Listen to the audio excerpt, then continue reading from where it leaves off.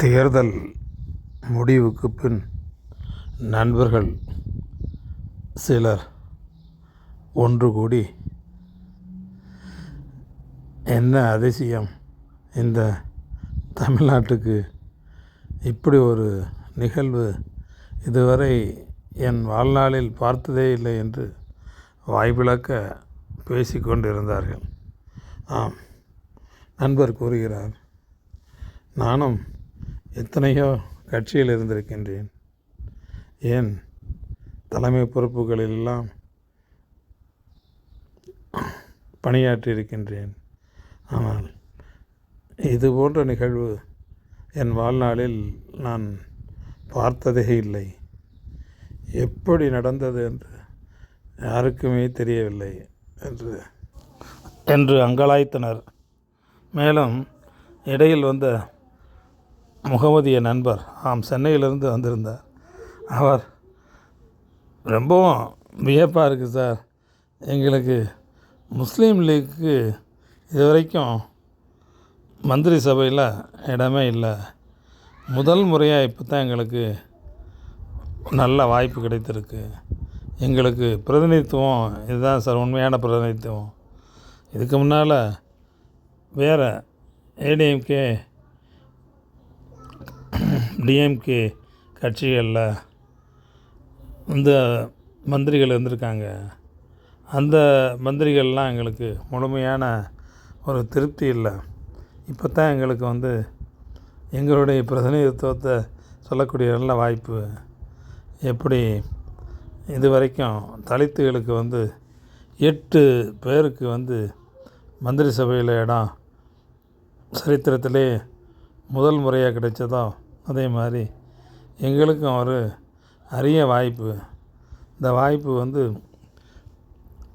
பெரிய வரப்பிரசாதம் எங்களை பொறுத்தளவுக்கு ரொம்ப பெருமையாக பேசிக்கிட்டு இருந்தார். எங்கள் தலைவர்கள் ஜான் பாண்டியன், கிருஷ்ணசாமிக்கெல்லாம் சீன்லே இல்லையே சார், பொது தொகுதியிலோடு நாங்கள் வந்திருக்கோம் சார். எப்படி சார் சாத்தியம்? ஒவ்வொருத்தரும் வீட்டில் ஒன்றாவது 2000 3000 கொடுத்தாங்க. ஏன் 2000 3000ங்கிறீங்க? 5000 6000 வரை சில இடங்கள் எல்லாம் கொடுத்ததா சொல்கிறாங்க. அந்தளவுக்கு பெரிய அளவுக்கு சில தொகுதிகளில் பணமும் விளையாண்டுருக்கு. அப்படியெல்லாம் இருக்க அவ்வளவும் வாங்கினாங்களோ வாங்கலையோ, யார் கைக்கு போச்சோ யார் கைக்கு போகலையோ, அதுபோக எல்லாத்தையும் மக்கள் புறந்தள்ளி ஒரு புதுசாக ஒரு மலர்ச்சியை ஏற்படுத்தணும்னு ஒரு மனசில் எண்ணம் வந்ததே ரொம்ப சந்தோஷம் சார். இப்படி ஒரு நாள் என்றைக்கு வரும்னு எதிர்பார்த்துக்கிட்டே இருந்தான்.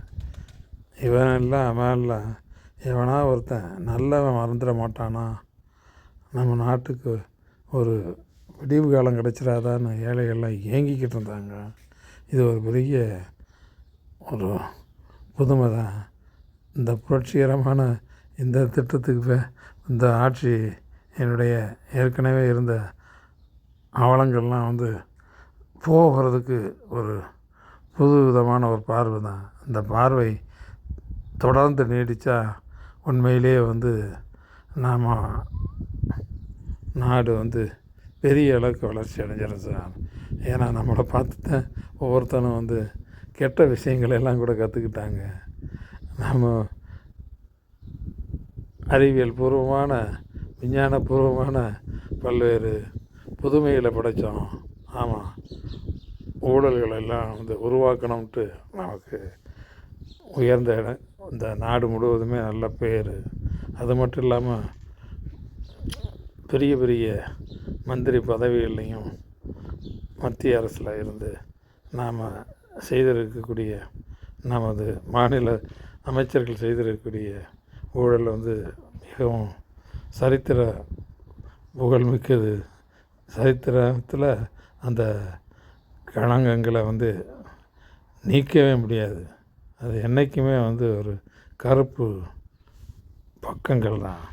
அப்படிப்பட்ட ஒரு நிலைமையிலிருந்து ஏன் ஒவ்வொரு துறையிலையும் ஒவ்வொரு இடத்துலையுமே ஒவ்வொரு நாளும் நான்லாம் எவ்வளோ பில்லு எல்லாம் வாங்குறதுக்கு ஏதாவது இவ்வளோ பெரிய பேச்சு திறமை உள்ள ஆளாக இருந்தாலும் கட்சியில் செல்வாக்கு இருந்தாலும் கூட நானுமே வந்து ஏதாவது கொடுத்தா தான் அந்த ஒவ்வொரு ஃபைல்களும் என் செக்கு எல்லாம் வந்து மூவ் ஆகி எங்களுக்கு பேமெண்ட்டு கிடைக்கிற மாதிரி இருந்துச்சு. அந்த அளவுக்கு வந்து எல்லா துறையிலையுமே வந்து புரையோடி போன ஒரு லஞ்சத்தை போக்குறதுக்கு ஏதாவது ஒரு வழி பிறக்காதான்னு நினச்சிக்கிட்டே தான் இருந்தோம். இருந்தாலும் நமக்கு கிடைச்ச வாய்ப்பு அப்பொழுது 2 கட்சிகள் தான். அந்த 2 கட்சியினையும் தான் மாறி மாறி நான் கூட மாறி மாறி பெரிய பதவிகளில் பொறுப்புகளில் கூட 2 கட்சியிலையுமே இருந்துட்டேன். இருந்தாலும் எந்த விதமான தீர்வும் எங்களுக்கு கிடைக்கல.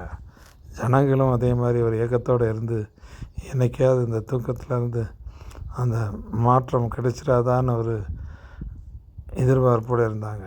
அவங்களுக்கும் ஒரு பெரிய விடிவு காலம் வந்து இப்போதைக்கு கிடச்சிருக்கு. அது ரொம்ப நாள் வருதா வரலையாங்கிறதெல்லாம் கேள்வி இல்லை. அதனால் வந்து மக்கள் ஒரு நாளாவது பலன் அடைஞ்சான்னு அதுவே வந்து பெரிய விஷயந்தான். அதை நம்ம கண் முன்னால் பார்த்துட்டோம். நன்றி.